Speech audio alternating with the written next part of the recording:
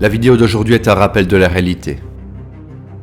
Pas un autre discours de pleurnicheur sur l'urgence de la situation, mais plutôt une manière de rappeler que des solutions existent et que nous pouvons changer radicalement les choses dès maintenant si nous avons l'audace de passer à l'action.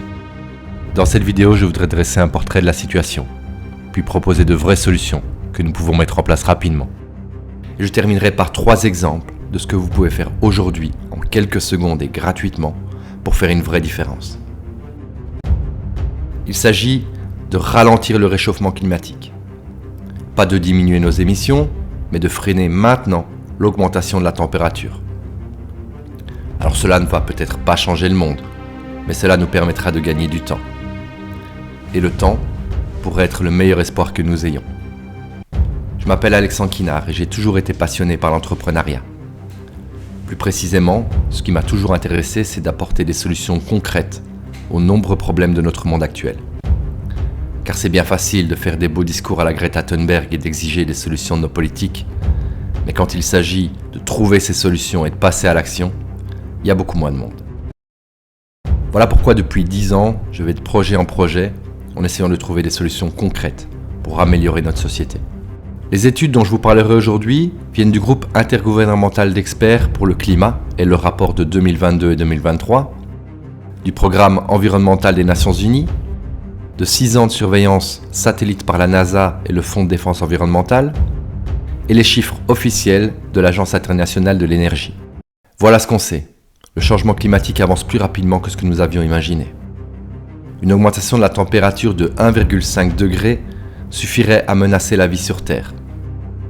On ne parle pas ici d'avoir un petit peu plus chaud, mais bien de changements radicaux et irréversibles du climat qui transformeraient des pays entiers en désert et qui provoqueraient des catastrophes naturelles sans précédent. Aujourd'hui, la montée du niveau des océans avance 2 fois plus vite que ce que nous avions prévu. Nous avons des événements climatiques que nous n'étions pas censés avoir avant 30 ans. Nous pensions que cela affecterait les enfants de nos enfants, mais cela nous affecte directement, maintenant. Et jusqu'à récemment, personne ne savait pourquoi. En 2022, nous avons découvert le coupable, le méthane. Le méthane est responsable à lui seul de 25% du changement climatique et produit 80 fois plus d'effets de serre que le gaz carbonique. Il est produit dans des quantités énormes depuis 3 sources principales.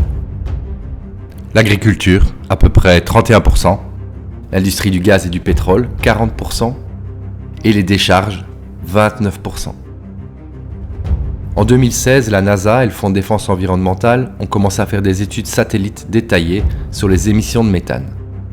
Ils ont observé des décharges et les émanations provenant des extractions de gaz et de pétrole. Voici les estimations de l'EPA. Et voici les résultats de 6 années d'observation par les satellites de la NASA. En fait, c'est 2,3 fois pire que ce qu'on imaginait. Et nous avons découvert cela en 2022. La même année, l'EDF, le Fonds de défense environnementale, a utilisé des satellites pour observer 1200 sites de production de pétrole au Texas. Et voici les estimations de ce qu'ils pensaient trouver. Et voici les résultats. C'est 3 fois pire qu'anticipé. 3 fois pire pour un gaz qui produit au moins 80 fois plus d'effets de serre que le gaz carbonique. Et rien de tout cela n'a été envisagé dans aucun de nos modèles climatiques. Après que ces données aient été publiées, Inger Andersen, la directrice exécutive du programme environnemental des Nations Unies, a fait une déclaration révisée à propos du méthane et du changement climatique. Bon, il y a de bonnes nouvelles. Le méthane ne reste dans l'atmosphère qu'une dizaine d'années. Mais cela ne signifie pas que nous n'avons qu'à attendre 10 ans pour que tout s'arrange. Avec la quantité démentielle de méthane que nous relâchons dans l'atmosphère, 10 années suffiraient à causer des dégâts irréversibles au climat et dépasser les 1,5 degrés, et menaceraient donc durablement la vie sur toute notre planète. Nous avons déjà dépassé les 1,1 degrés. Mais j'avais dit qu'il y avait des bonnes nouvelles.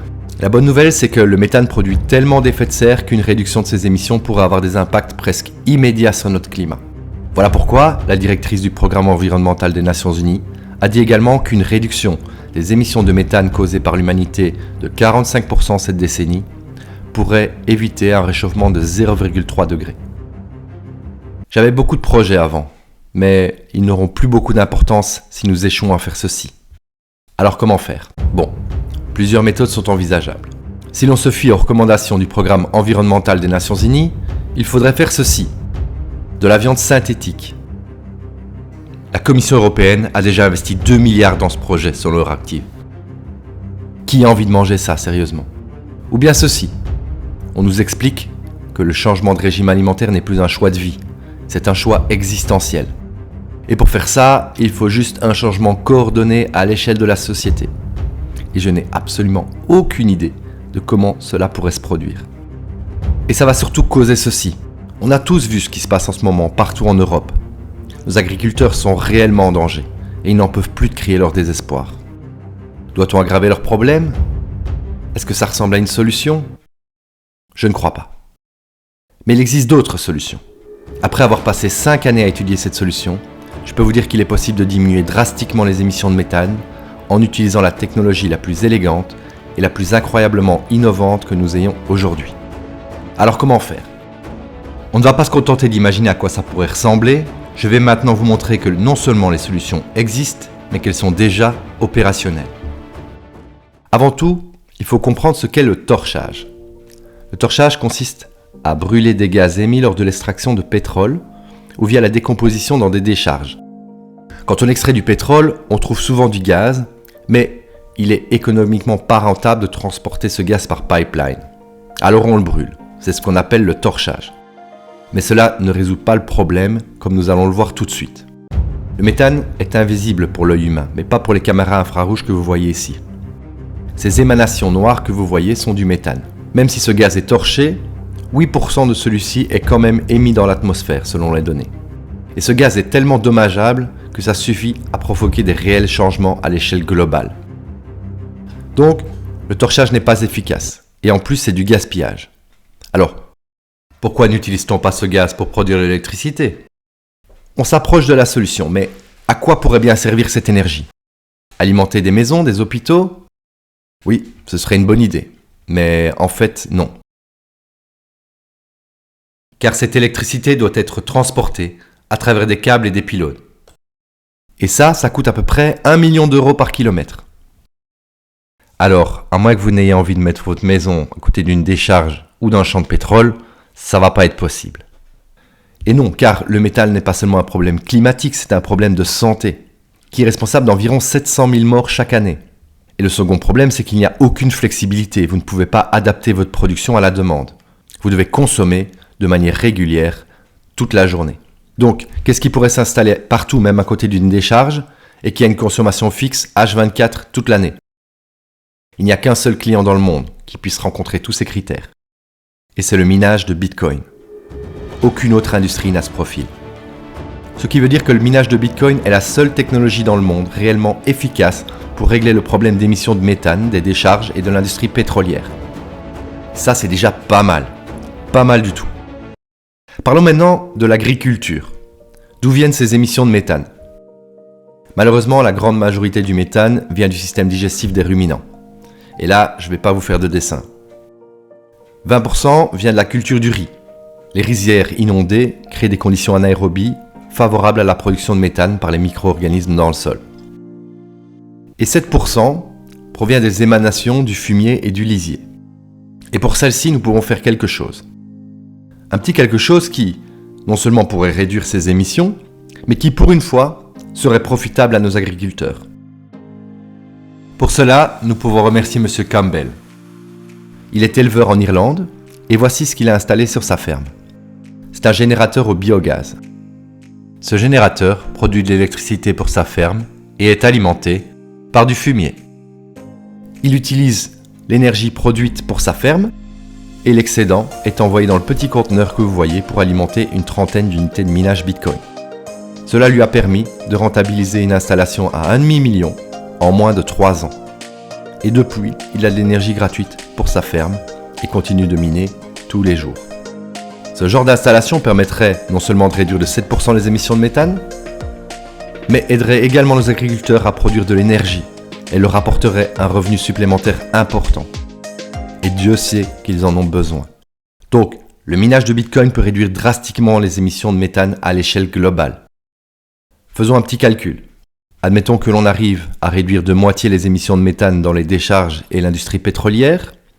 Et Dieu sait que nous pourrions faire beaucoup plus, et que nous réduisons de 7% les émissions de l'agriculture, uniquement en utilisant le minage de Bitcoin.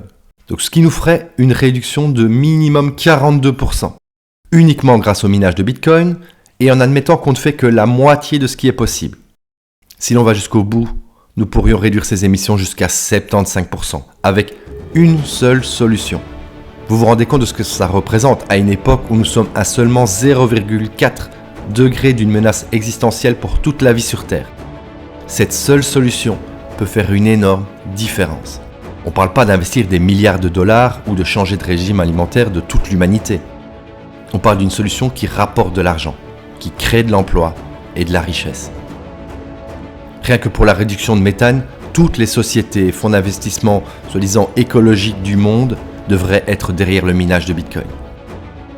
C'est pour cela que j'ai fondé Eldorado, pour mettre en place des solutions comme celle-ci le plus rapidement possible et avec tous les moyens dont je pourrais disposer.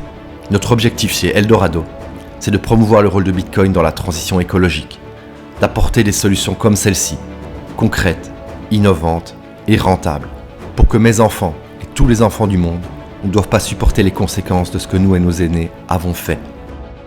Car aujourd'hui, que nous avons les solutions, nous n'avons plus aucune excuse. Alors, on ne peut pas tous se lancer dans le minage de Bitcoin, mais il y a au moins 3 choses que vous pouvez faire aujourd'hui gratuitement. 1. Vous pouvez liker et diffuser cette vidéo. 2. Chaque fois que vous entendrez des critiques sur le minage de Bitcoin, vous pouvez expliquer ceci. Et 3. Chaque fois que vous parlerez à des personnes qui veulent lutter contre le changement climatique, ou si vous connaissez des personnes qui veulent vraiment faire avancer les choses, partagez-leur ceci. Merci d'avoir regardé cette vidéo jusqu'au bout, et si vous voulez plus de contenu comme celui-ci, abonnez-vous.